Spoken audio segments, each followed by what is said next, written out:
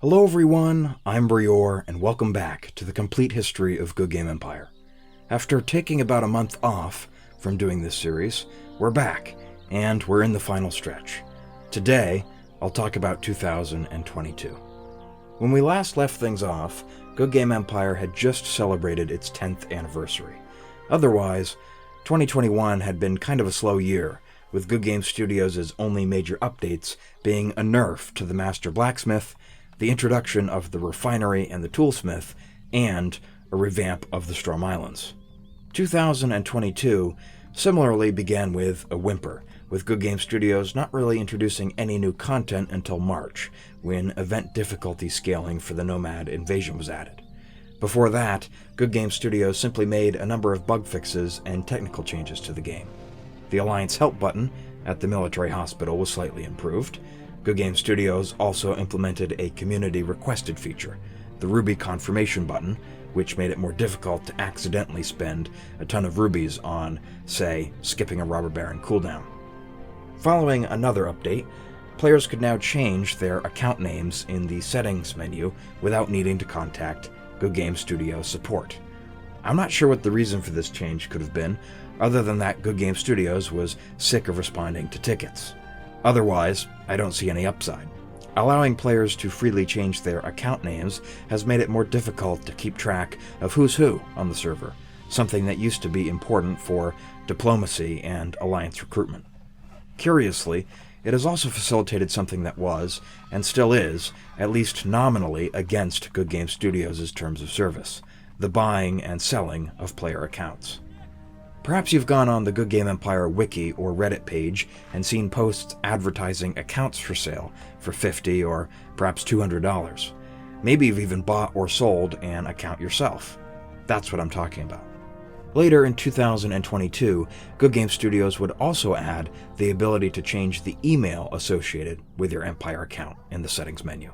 Again, that helped facilitate account selling because now the buyer could change both the account name and the connected email address, making it impossible for the seller to ever take the account back. Perhaps that was actually a good thing, if we accept that account selling is either a positive or a necessary evil, but the point I'm making is that it was still against Goodgame Studios' terms of service. Were I a cynical Empire YouTuber, I might suggest that Goodgame Studios didn't actually care about the secondary market for accounts, as long as people were still playing and spending money on their game. In April, Goodgame Studios added new temporary build items, which, of course, would only appear in special offers. These came with important effects, like increasing courtyard or ranged combat strength on the attack. Goodgame Studios also made some changes to the recruitment system. You probably know that being under protection mode will substantially increase the amount of time it takes to recruit attackers. Well, Goodgame Studios substantially reduced that penalty, such that playing under protection mode might actually be the best way for free-to-play users and small spenders to experience the game. About the only thing you can't do under protection mode, other than PvP, which is horrifically imbalanced anyways, is participate in the glory invasions. Goodgame Studios also added new, more powerful feasts, plus the ability for players to extend feasts in progress. You can now chain together feasts to ensure that you're always recruiting at an accelerated speed. All of these changes were good and arguably necessary for the balance of the game. You see, players could now produce more food and mead, and thus support larger armies than ever before. Battles involved more casualties than ever before, especially with the new event scaling difficulty. Improving recruitment allowed players to about keep up with their losses as they participated in the events. The changes probably haven't been enough, however. Recruitment speed ought to be made even quicker to give free-to-play users a chance at keeping up, whether in the events or in PvP, with players who simply purchase troops. Toward the end of May, Goodgame Studios added new relic equipment with special effects, like automatically being supported with a set number of troops in the courtyard.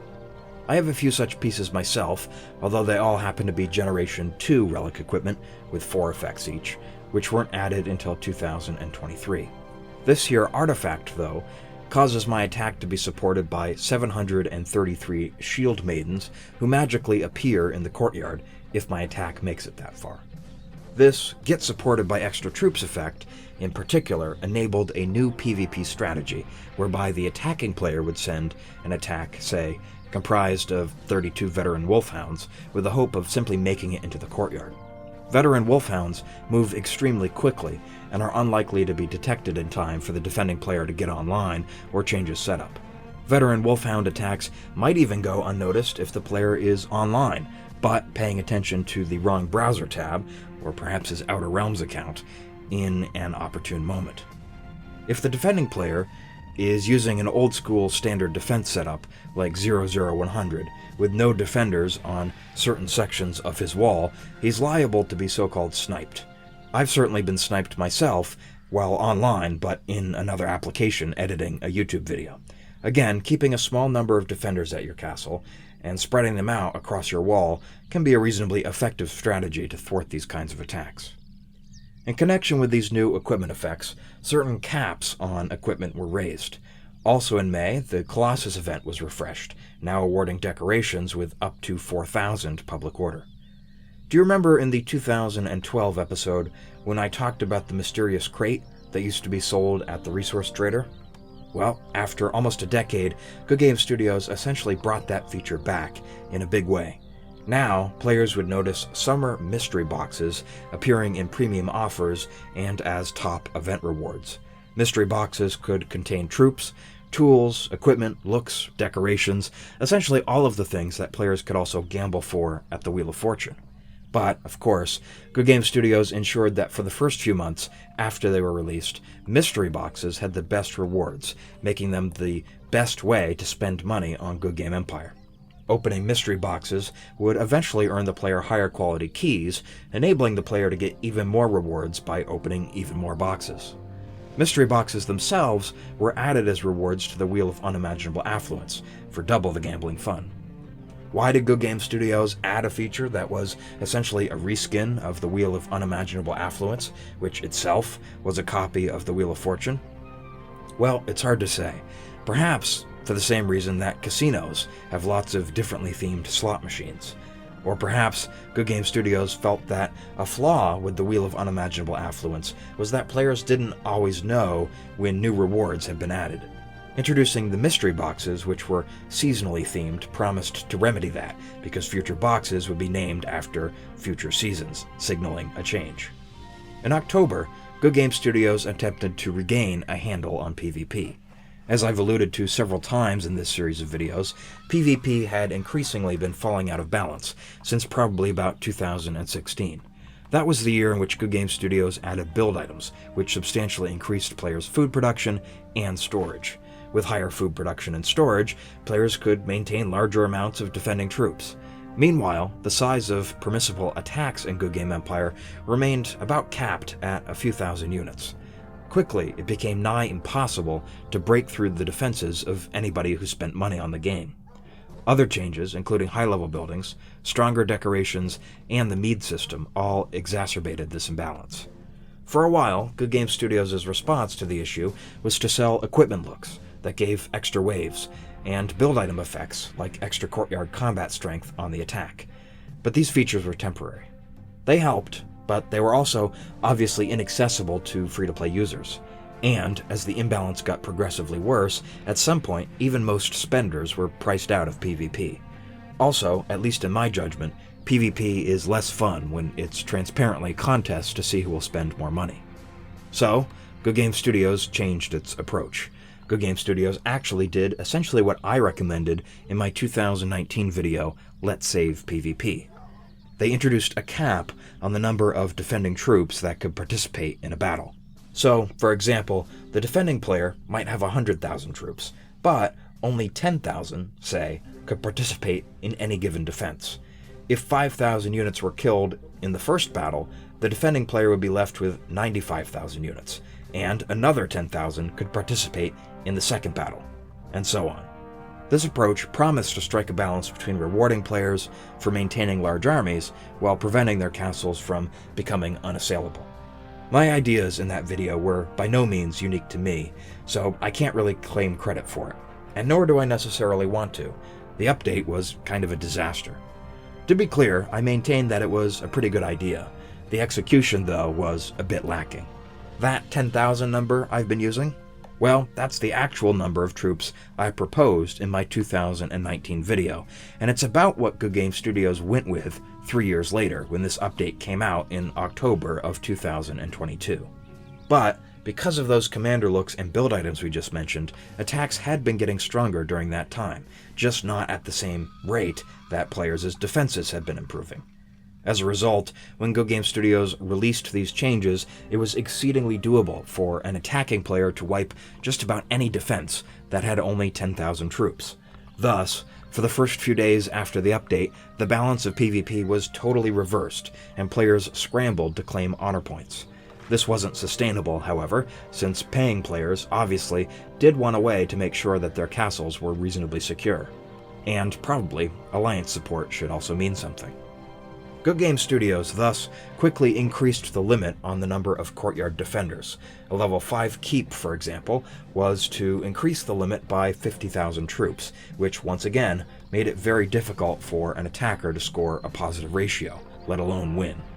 Goodgame Studios then did something that I think was, in a way, very clever, if a bit nefarious. It released new build items and generals abilities that further increased the courtyard limit. Of course, most of these new features were to be paid features, so essentially, Goodgame Studios made money by selling back the courtyard troop limit it had just taken away from players. And Goodgame Studios was now able to better maintain the PvP balance, such that PvP remained mostly inaccessible for free-to-play players, but that premium attack looks and build items were once again worth buying. How could Goodgame Studios have handled this series of updates better? Well, the main thing is that they could have introduced the courtyard limit more gradually. Goodgame Studios made another significant change in the same update, and in fact, I already alluded to it. I'm speaking about the general system. The generals were new, unlockable characters that essentially provided a new layer to the commander and castellan system. Rather than equipping generals with gear, however, the player would simply level them up by sending them off to participate in battles or by spending XP caches on them. Each level a general earned unlocked a skill point that players could spend in a skill tree to unlock abilities. Some abilities are passive, but others need to be assigned or activated. Each general had some offensive abilities and some defensive abilities. The generals themselves have to be assigned to particular commanders or castellans.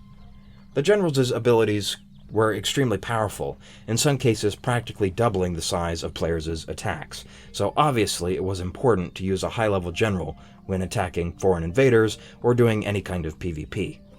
So, how was the player to unlock the generals? Well, the player would need to collect shards, principally from a new gambling feature called the General's Inn. The player would collect generals' offerings, either by earning them in the events or purchasing them for rubies, and gift them to the 3 characters located in the new General's Inn: Beatrice, Ludwig, and Sir Ulrich. In exchange, the player would get prizes that included all the regular stuff, troops, tools, resources, equipment, and decorations, but which could also include shards and generals' XP. It would take a certain number of shards to unlock each general in the first place, but it would take even more shards, in addition to the regular general's XP, to continue leveling the general up. You can see that here, my generals are all at a level that's divisible by 10. I have plenty more cached XP that I could use, but I currently can't level them up since I need more shards to increase my star rating. In classic modern Goodgame Studios style, the system was probably a bit overcomplicated. I'm not sure if any of what I just said would have made sense to somebody who hasn't been playing the game recently. But I do have to say that the generals feature was pretty innovative, that the generals' ability trees rewarded some strategizing, and that, overall, it was probably a good feature. Goodgame Studios only introduced a few generals at first, leaving room for more generals and abilities in the future. Sure, the design of the General's Inn meant that paying players were going to access the new powerful generals and abilities first, but what can you really expect? In November, Goodgame Studios updated the Wheel of Unimaginable Affluence to include general shards and new autumn mystery boxes. The Nomad Invasion reward pool was also changed to feature generals offerings. Goodgame Studios also increased the purchase limit for skeets, construction tokens, and upgrade tokens. Finally, in 2022, the attack screen was updated. This was a big change, and something that was immediately noticeable for all players. It would take players a little while to get comfortable with it. The new design is more compact, however, which is important in light of the greater number of commanders, generals, and attack waves in the modern game, not to mention the almost countless types of troops and tools. So, how would I summarize 2022? Well, the year started off rather sleepily, but by the fall, Goodgame Studios had gone back to introducing bold, innovative new content. Unfortunately, whether or not the game's latest updates were good was starting to matter less and less, in light of Empire's layers of gambling-style monetization. Players now had not only the Wheel of Unimaginable Affluence, but also both the mystery boxes and the General's offerings, each of which worked in essentially the same way. To restore the proper balance between paying and unpaying players, it would no longer be enough for Goodgame Studios to make iterative changes or to make small concessions like the Wishing Well. Rather, a drastic redesign and a removal of some of the gambling-style monetization would be necessary. Unfortunately, I'm afraid that's something Goodgame Studios has never really shown any interest in doing. Alright, we're that much closer to the end of this series. Thank you very much for watching, and for your patience in light of the delay between this and the previous video in this series. Please don't forget to like, comment, and subscribe. I've been Brior, and I'll see you next time.